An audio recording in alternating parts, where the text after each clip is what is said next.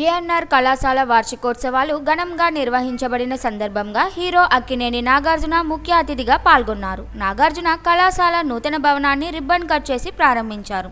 విద్యార్థుల ఉపకార వేతనాల కోసం ఆయన 2 కోట్ల రూపాయలు విరాళంగా ప్రకటించారు. గతంలో 1959లో కళాశాల స్థాపక నాగేశ్వరరావు 1 లక్ష రూపాయలు విరాళం అందించిన విషయం కూడా గుర్తు చేశారు. ఈ వేడుకలో గుడివాడ ఎమ్మెల్యే వేణిగంట్ల రాము కూడా పాల్గొని విద్యార్థులను అభినందించారు. నాగార్జున రాబో తరాలకు విద్యా అభివృద్ధికి తన సహకారాన్ని అందిస్తున్నట్లు తెలిపారు.